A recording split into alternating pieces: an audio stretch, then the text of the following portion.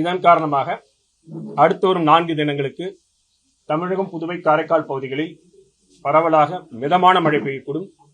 கனமழை எச்சரிக்கை பொறுத்தவரையில் அடுத்து வரும் 24 மணி நேரத்திற்கு டெல்டா மாவட்டங்கள் செங்கல்பட்டு, விழுப்புரம், அரியலூர், தஞ்சாவூர், புதுக்கோட்டை ஆகிய மாவட்டங்களில் ஓரிரு இடங்களில் கனமழைக்கான வாய்ப்பு உள்ளது.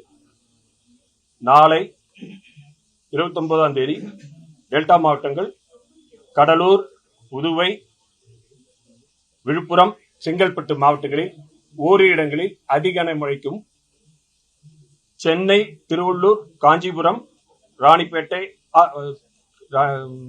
அரியலூர், தஞ்சாவூர் ஆகிய மாவட்டங்களில் ஓரிரு இடங்களில் கனமுதல் மிக கனமழையும், ராணிப்பேட்டை, திருவண்ணாமலை, கள்ளக்குறிச்சி, பெரம்பலூர், திருச்சிராப்பள்ளி, புதுக்கோட்டை, சிவகங்கை மற்றும் ராமநாதபுரம் ஆகிய மாவட்டங்களில் ஓரிரு இடங்களில் கனமழைக்கு வாய்ப்புள்ளது.